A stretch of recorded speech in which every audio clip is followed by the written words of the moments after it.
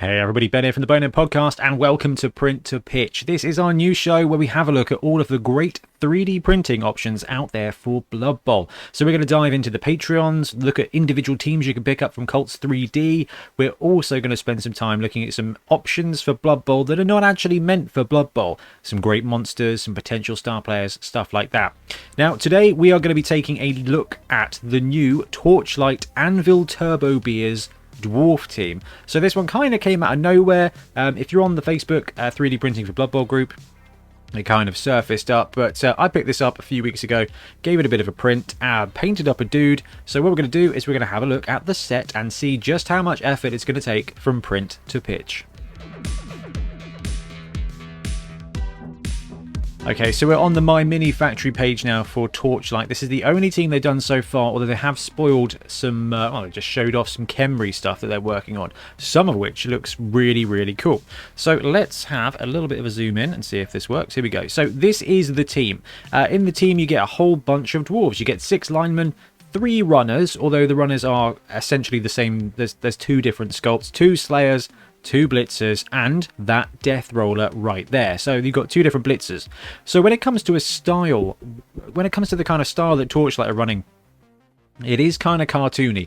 They have enlarged faces, is kind of the best way to say it. They've got no necks. Their heads and their shoulders are just kind of one thing, but that's kind of the style they're going for when it comes to these dwarves. So if you look at all these pictures here, you can see that the style carries on through. Their heads are just part of the shoulder armor, basically. I really like it. I love dwarf teams. I don't massively love playing against dwarf teams, being a Skaven coach, but I love dwarf teams. I've got a blooming collection of them now. A couple of Games Workshop ones. I've got the Fanath one, Grebo. There's just a ton of, and the Punga one as well. Now we've got this one here. Now, let's have a look at the Death Roller. The Death Roller is really cool. On the way he's positioned, he goes on 1 foot. So actually, you can fit him on a 32mm base. We'll have a look at the print for that one in a second. But the style is cool. The way this one is built, actually, it's self-contained within the square. And that's a great design for a star player. For a star player? For a big guy. So the runners are amazing. Look at the dynamism. This guy almost looks like a 16-bit hero from a game. Now, just all of these are really well sculpted. The style is not normal. Like I said, there's a bit more character to it, a bit more cartoony to it. And the Slayers are probably the best example of this. So if you have a look at actually how they're sculpted, I wonder if I can zoom in ever so slightly more. I mean, we'll have a look when we've got the actual models in a second. But you can see there's kind of no face. There's just a nose, a beard, and quite a disjointed jaw. Now that's very much the style they're going for, but it has been really well executed, and I think it's a really fun team, and when you kind of got it all together, it works really, really well. Now, there's 2 ways to get this. One is you can join their tribes, which is essentially the Patreon for Mini Factory, and I think that works out about $10, maybe £10, or you can pick up the team for $23, and again, we're talking about £20 here. Now, when we look at prices for 3D printable teams, you kind of got to compare it to 2 months of a Punga Patreon, which again is about the £20 mark. If we look at the Brute Fun team that we looked at last week, again, it's about £20. So when you're picking up STLs for a Blood Bowl team, it's going to cost you almost the same amount as it would to go to a third-party shop and pick up a Games Workshop team. But what you get is a lot of flexibility within that. There's a lot of work to do as well, but you do get, generally speaking, the complete thing. Let's have a look at some of the STLs. Okay, so let's start off with the Blitzers. We've got both of the Blitzers here. There's pre-supported versions and unsupported versions. We'll have a look at the unsupported version so we can kind of see the detail in the models. So the first thing to mention, and you will see this with all the files here, is currently, I have dropped them a message, all their dudes are 1 file. So the 2 Blitzers are 1 STL. The 6 blockers are 1 STL. So you have to kind of cut them up. I didn't bother. I just kind of got the pre-supported ones, chucked them on and mixed them in with some other stuff as I was printing. But you can cut them up. It is a bit of a frustration. I did message him to say, hey, we're going to be doing this review. This is my feedback. And they haven't had a chance perhaps to get back to us properly. So it's cool. It isn't ideal. When it comes to the 2 players, it's not so bad. But anyway, we'll ignore that for the time being. Let's have a look at some of the details. So you can see that the sculpting quality here is excellent. The armor's got divots, it's got scratches, you've got little bits of battle damage, and the wings are expertly done. You can see that they've even gone so far as to put some metallic texture up here on the faceplate there as well. When it comes to having actual faces, again, the style of this one, you've got to worry or wonder about the face profile of this guy, but it really works for dwarves in Blood Bowl. Oh, I've really lost the files there. Not sure how I did that. Anyway, zoom back in. Now, the scale mail is done brilliantly, and you can see we've got some scratches and things on the fabric and the leather of the belt. The detail is really good. I'm really impressed with the sculpting quality. The style is definitely something that you're either going to love or not love, but actually when it comes to the execution, it's really good. So those are the Blitzers. Let's have a look at the lineman. Oh no, that's the pre-supported one. We don't want that. Unsupported lineman, unsupported.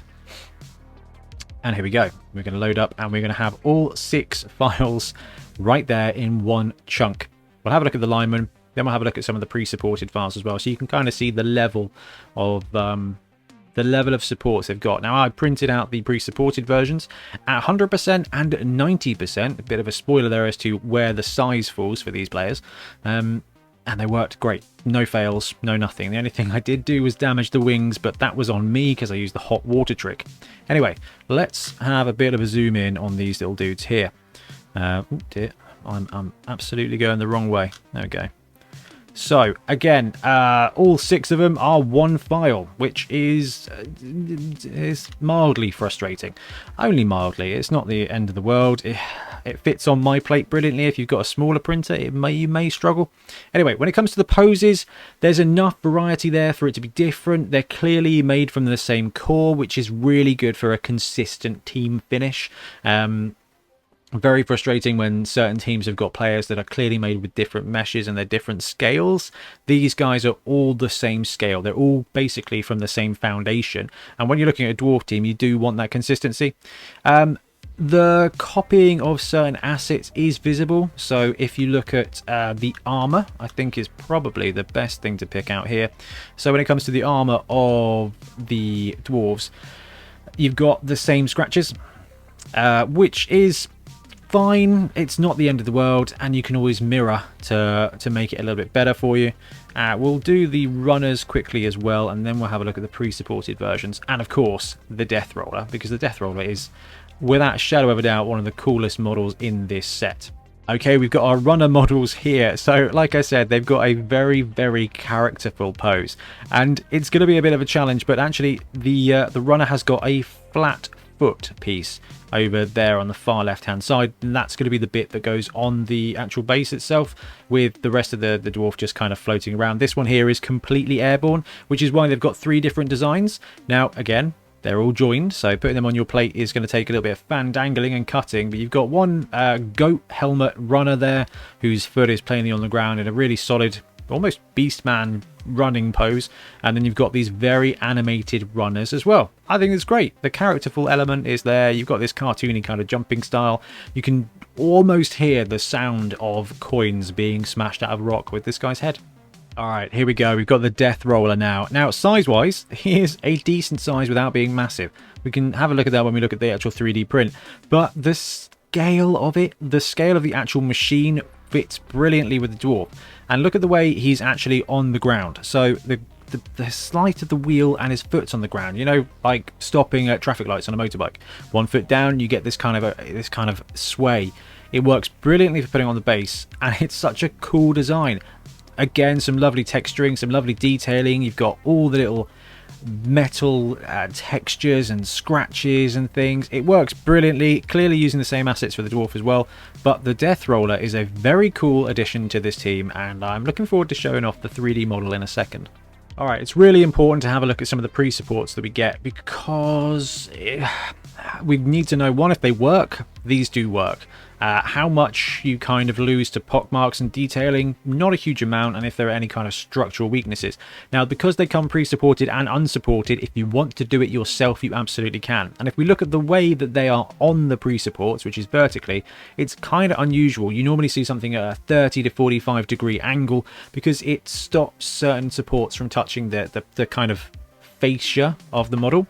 But it doesn't actually cause a problem here because they're kind of chunky and cartoony. They are able to basically print themselves, and if you look at the way the models kind of brew up, oh, interesting.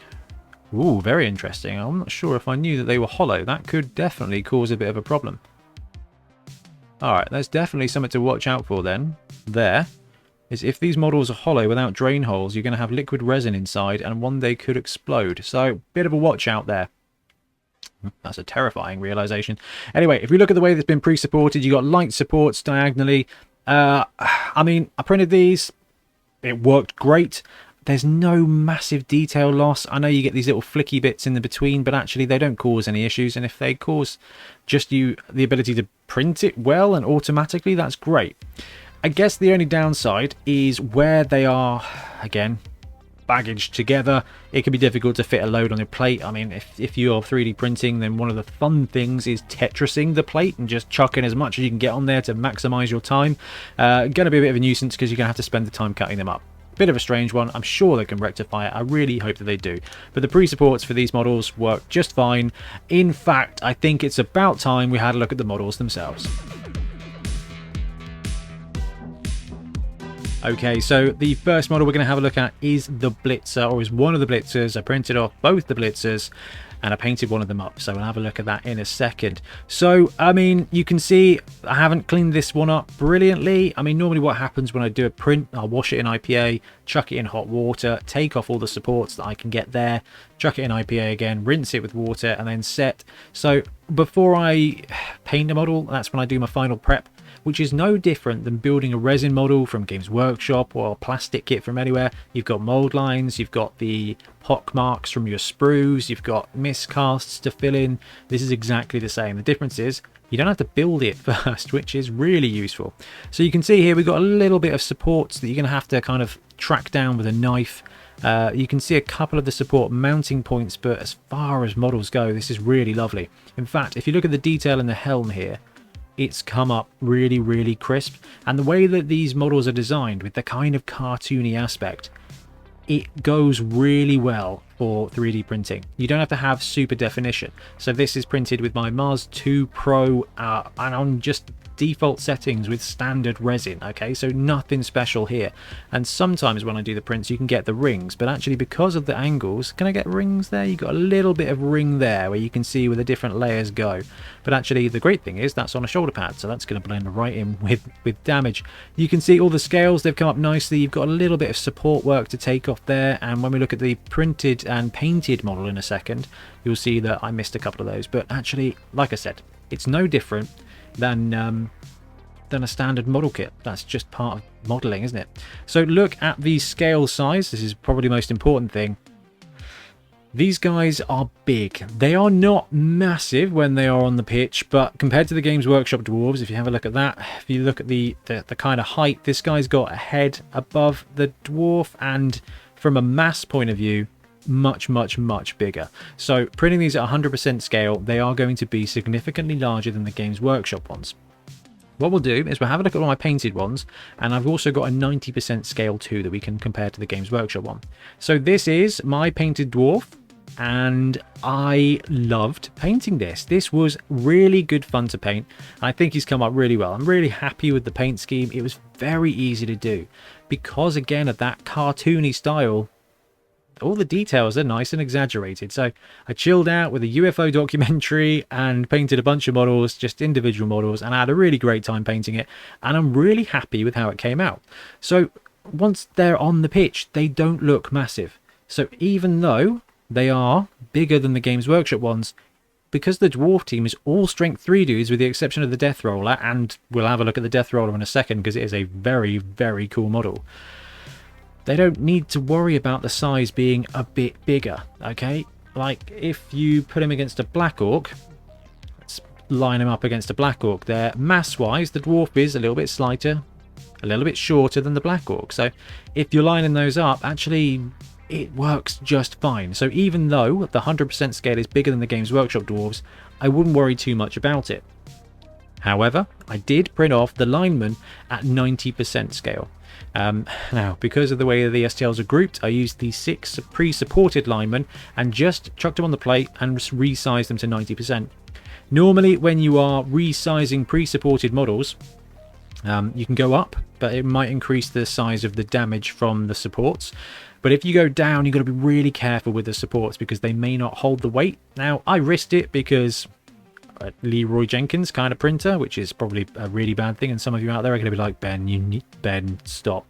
Sorry guys, but I chucked these on the plate, reduced the size to 90%, printed out just fine, and if we line them up to a Games Workshop Dwarf now, you can see that actually the scale is a lot more in line. They're still bigger, but their proportions are bigger because we've got this kind of comic book vibe.